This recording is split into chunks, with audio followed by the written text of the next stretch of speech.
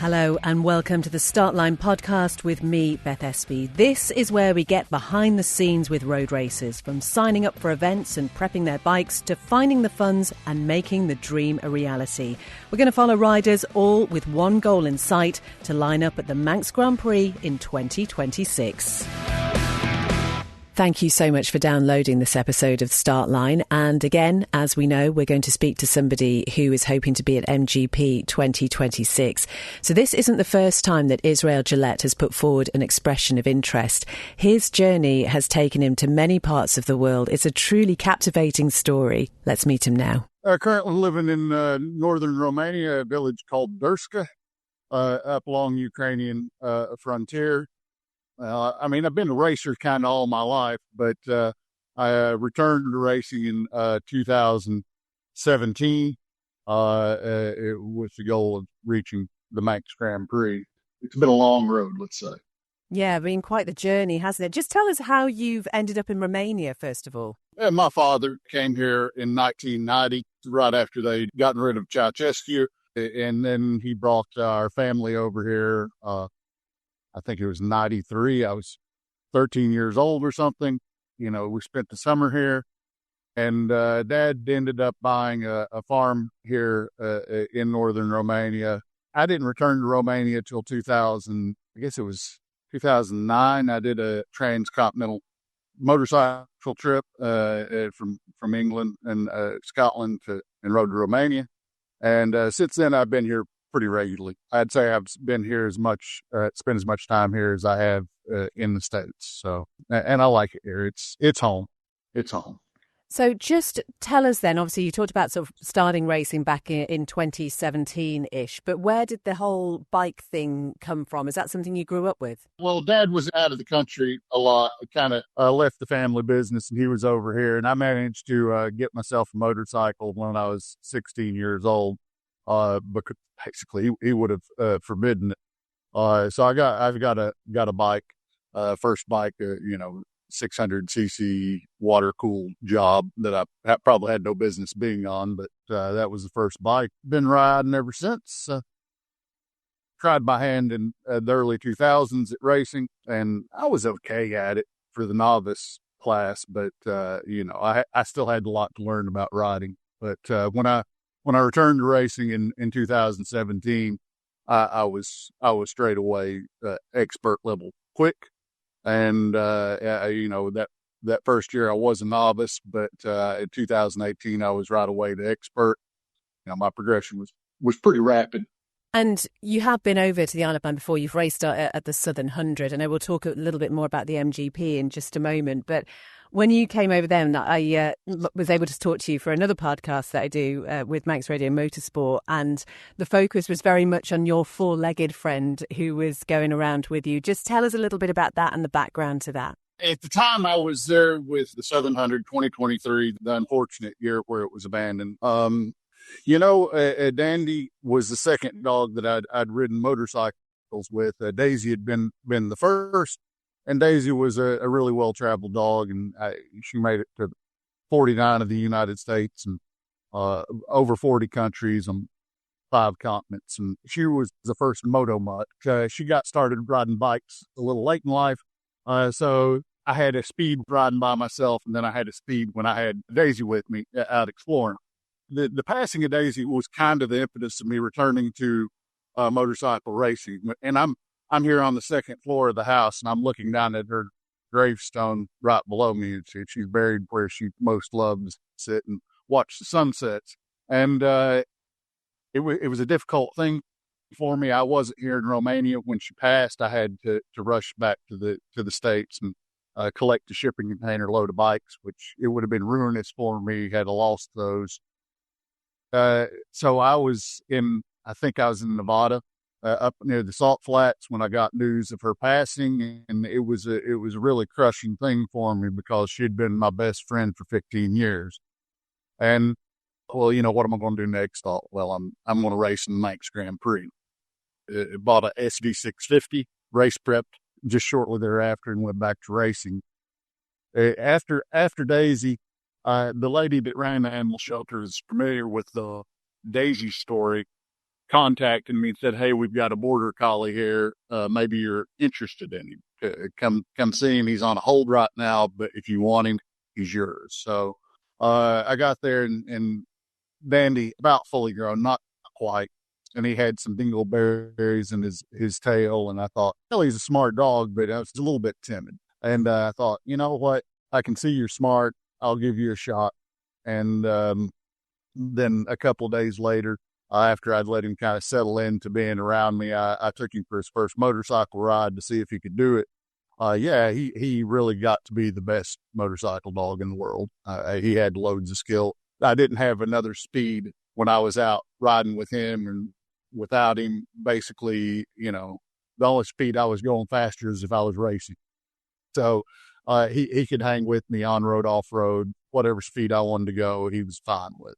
But right after we had our interview in July 2023, he came down with the illness. We made a presentation at some adventure riding festival in England, and I noticed he was acting a little weird. And he got back to the farm here, which is a story in and of itself. Things I didn't like happening were going down, and then all of a sudden, Dandy comes stumbling into me as I'm working on something out in the barn, and he's obviously not right. He's not got his balance. So I take him to the vet, and they treat him. They blame it on a tick bite, but he was on the fancy flea and tick stuff. I'd never seen a tick on him, but he was really sick, and got the treatment, and everything seemed to be okay. We flew back to the States for a project I was working on, and I was there working again, and this was about a month later, and the same thing happened. He had relapsed and came kind of staggering over to me, and I could tell it was wrong. So take him to the vet again, more treatment, and he was fine again. Then about a month later, 2 months later, there was a relapse, and I was signed up to come back over to Europe to do a race with IRC in Froberg to try to get some use out of the bike I'd bought for the Southern 100, and I was signed up for it, tickets were bought, and come to find out his liver it's shot, and to my own detriment, and I wish I could take it back. I was just so focused on getting there and getting a result to get myself into the MGP that, I'm thinking, well, can I even come up with 11 grand to get him a liver transplant? And it was kind of late, and they were saying maybe it's a 50-50 shot, even if you do it. And I didn't. And I got him more treatment. He seemed to get better, and he made the trip over with me to come to Froberg, and he was acting fine. And then at Froberg, the day after the races, he bloated up, and I took him to go get more treatment at a presentation we were giving in Austria. And, he was in good spirits, but you could tell something was wrong. And he made it through those last presentations, and we made it back to England and flew back to the States. And a couple of days after we made the States, he died in my arms. So I feel really culpable about that. And, in hindsight, I don't really know that, that it was worth it. So, yeah, I just kept going for the Manx, and, the last 2 years have been kind of grim. My mother passed away too. And, the post-COVID, situation for my business has been kind of difficult. I'd been importing and exporting motorcycles, and COVID had messed that up. And, so I had to switch gears. I'd worked really hard to make that happen.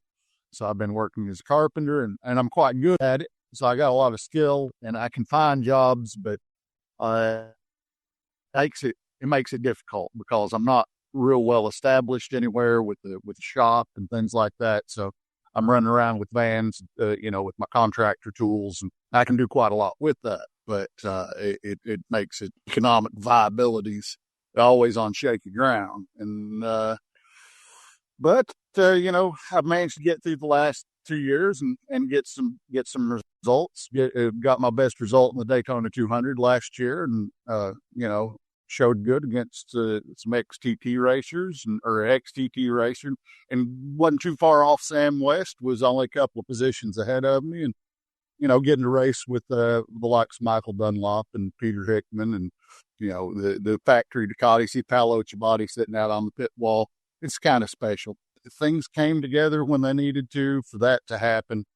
I shipped my bikes over to take part in some more European road races. Did Hinglo, and then did the Pre-TT Classic and the Southern 100, and finished up my year at Armoy, which was kind of special a bit. But I got a 6th in the Pre-TT Classic. I was pretty pleased with that. It was a drive in rain, and for all intents and purposes, I was a newcomer, though I wasn't classed as one. I'd never raced there before. I had one qualifying session back in 2023, but to get a good result there, and then come back at the Southern 100. I missed one of my qualifying sessions, which kind of hurt my place on the grid. So the run down to turn 1 was always real busy. But ultimately, I settled in and got a laptop I was happy with, and I know I can build on it for next year. So I'm really looking forward to particularly the Pre-TT Classic and the Southern 100 next year. Do you know, as you sort of said there, Israel, you've had such a tough few years for so many reasons. And I guess some people will be wondering why you put yourself through this just to achieve, obviously, what has been a dream of yours for a number of years. But, is it really worth all the sacrifices and the heartache that you've clearly had to go through so far? I don't really know. But things in my life have never been real easy. Like I had a learning disability, or I guess I do have a learning disability, which I persevered through. But, in grade school, not all my teachers just considered me dumb, and they didn't. It was thinly veiled. They didn't try to hide that too much. They treated me as if I was dumb, and, it frustrated me a bit. And I kind of focused more on sports and things where I did excel. But, eventually I got to high school, and I could read and write fairly well. And I was always good at math.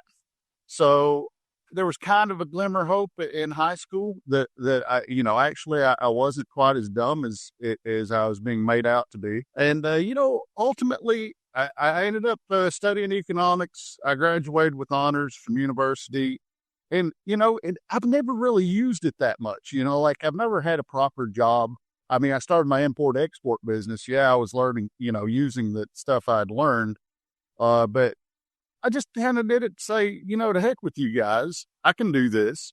And I stuck with it and proved them to be wrong. The Manx Grand Prix. Now, there's no guarantees I get in, I've had some good results. Expert level club races I've won since 2017, but they're numerous. But I'm hoping that this year that I've spent over here, living out of the back of a old crappy Ford Transit van, working and spending all the money to race, I'm hoping it helps. But I don't know. And looking back on it, Beth, I can't say definitively that this has been worth it. At this point, why turn back? Would you be able to maybe give us what is behind all this then? What is it about the MGP, about racing on the mountain course, that is something that's so important to you, I guess? Well, part of it was just, making a resolution when Daisy passed away and I lost my best friend, that's what I wanted to do. And watch the TT, we'd get the feed from the TT in 98 and 99 in the States. And, I got to see the fabulous win in 2000, Joey Dunlop coming out and winning 3 races, I think, total, and winning the final race, the senior, and I can't remember if it's Formula One or the senior. But I remember thinking, man, how great is this? What kind of, look at that freedom. Look at all that freedom. I'd come back, I came in 2013 when I was kind of getting my shipping business going, and watched the TT, and then I came back for the Manx Grand Prix 2014, 2015, and I came to several other Isle of Man events, whether it be the Manx Grand Prix or the TT, to watch. And I remember seeing being kind of flabbergasted by the TT guys and thinking, man, how do you even wrap your mind around it? But I remember seeing the Manx Grand Prix, and the 400cc bikes were out there. And I can't remember what class it was considered at the time, but I remember seeing those 400cc bikes coming around. I'm like, I can do that. I can do that. And the more I started looking into it, the more I thought, well, yeah, I can do that. I was capable of doing it. And it was really cemented in my mind that I wanted to taste of that freedom to run around the mountain course without any restrictions. Yeah, freedom's always been a big theme in my life. And, I've set my mind to it, and it's hard for me to turn back on that. And, even with hindsight being somewhat 2020, I'm uncertain if it's been worth it, and it may never come to fruition. There's a chance they just say no. And, this is the last time I'm trying. Every year that it's been open since the first time I applied to get in, I actually got invited for the newcomer training 2019. For some reason that didn't pan out, but I've tried every year it's been open since then. And I've become an accomplished racer, and that feels good, going to tracks and just kind of dominating my classes over the weekends, or managing to get into, say, the Daytona 200 and have show reasonably well against, some of the best riders in the world. That's fulfilling in its own right, Manx Grand Prix aside. So, beyond just the freedom of it and the belief in myself that I know I can do this, and I know I can learn the track well enough to go out there and show well, and try to be at the first. I really want to be at the front half of the finishers in my first time out. Yeah, it'd be a tall order. I'm under no misconception about how difficult this course is to learn, but I can do it. And, it's just really a belief in myself at this point. And if nobody else is going to believe in me, well, I'll do it. I've got to do it for myself. Oh, in fact, you know what you need in the sport is resilience, and you clearly have that in bucketfuls. And the other thing you do need is people around you to help you, particularly if you're doing the MGP. You need your pit crew and all of that sort of stuff. Who would you be bringing over with you? Sure.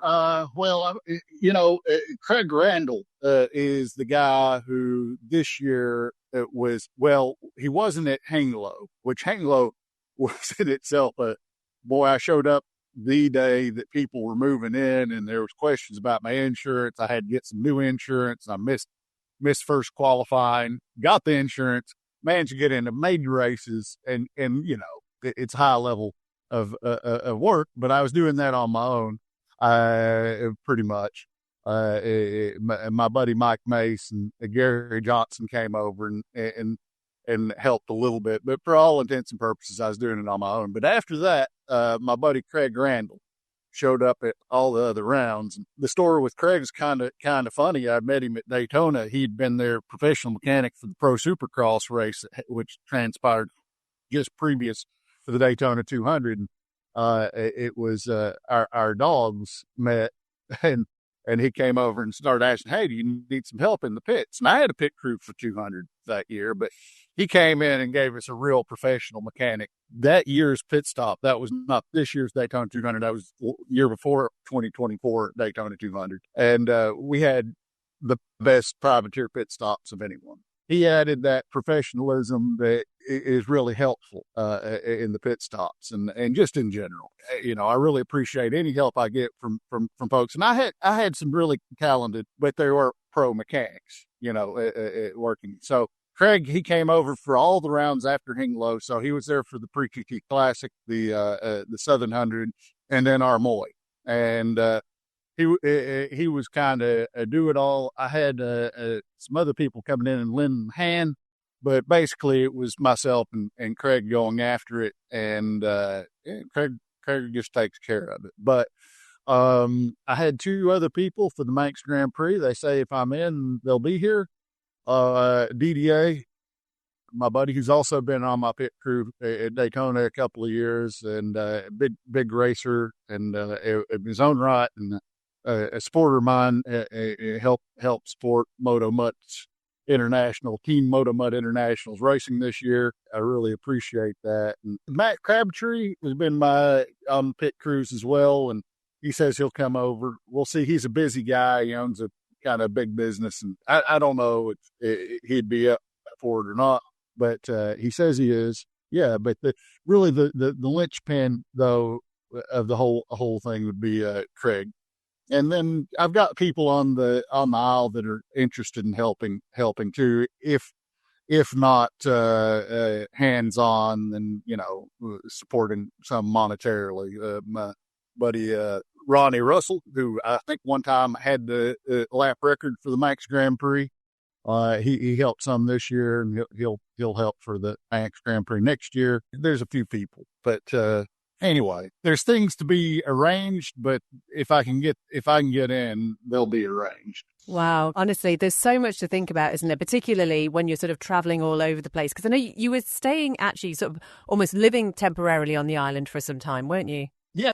So I did 3 race meetings, including the Daytona 200 in the States in February and March, prepping to send my bikes to Europe to take part in the European road races. I drove to Atlanta, crated bikes up in a crate to air freight to Amsterdam, collect them, barely make the time to race in Hengelo, and then drive to take a ferry to England, ferry to the Isle of Man, do the Pre-TT Classic, spend some time with TT, with Garrett Johnson, my friend Michael, who was working as his pit crew.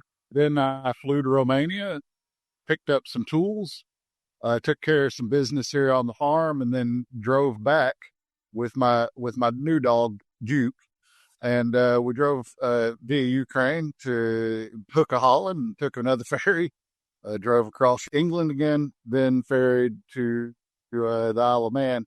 And we got plenty of time for the Southern 100, found some projects to keep me busy, to help ends meet. And, basically on the Isle of Man this year, probably a total of about 4 months, something like along those lines.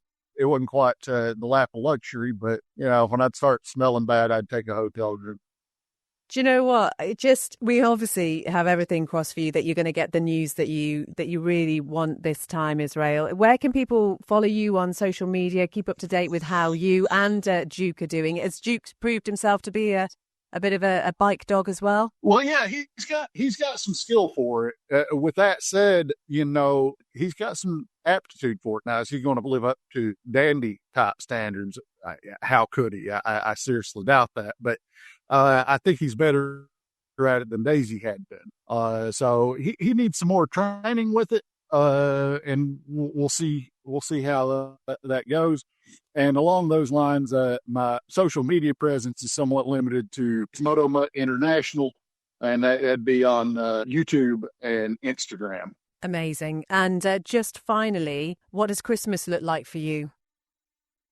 Oh, man. I'm not sure, Beth. I might be in Ukraine for Christmas. We'll see. My 90-day EU visa is running out, and it used to be no big deal. I delivered bikes all over Europe in 2014, 2015. Overstayed my visa. Nobody cared. It was a non-issue. But the times they are changing, so I'm probably going to adhere to that 90-day visa. I might be heading back to the UK and possibly the Isle of Man, but right now it's looking like a Ukrainian Christmas. I think I have to be out of here by the 5th of January, so I could potentially stay here.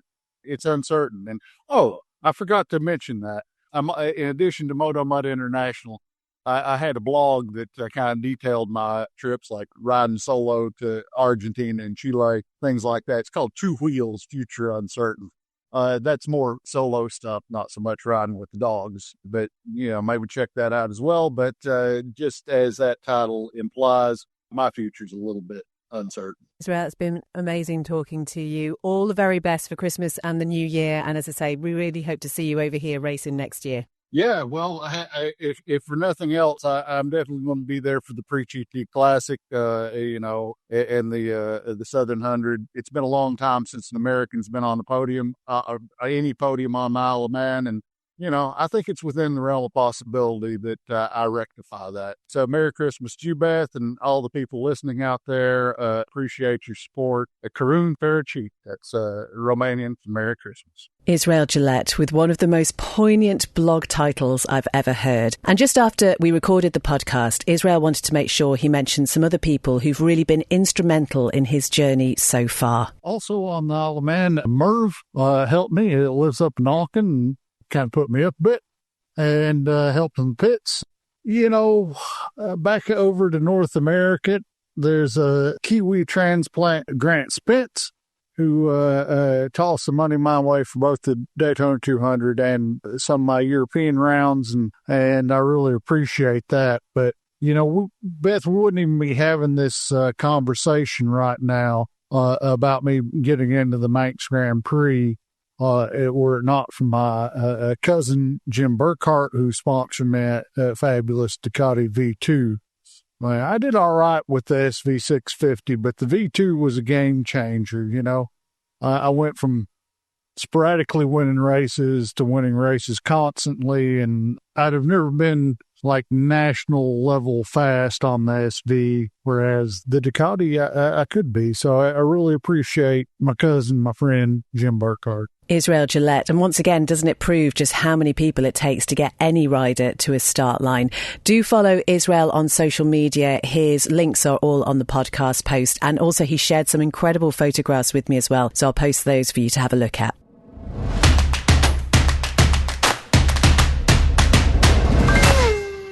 So now time to hear from another rider who's done the MGP about what they wish they had known before they set out for the first time. This is Harley Rushton. That's a tough question, that.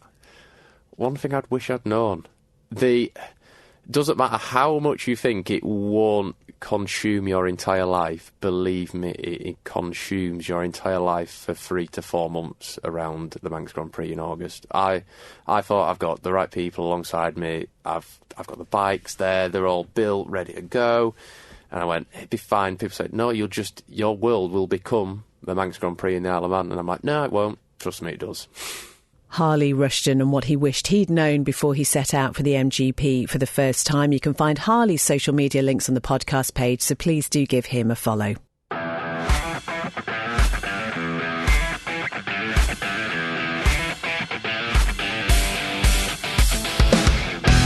Thank you very much indeed for listening to this episode of Startline. Do take some time to find the riders on social media. Your support is very much appreciated. And if you'd like to get in touch with me and be part of the podcast in the future, you can email beth@startline.im. Until next time, take care. Bye-bye.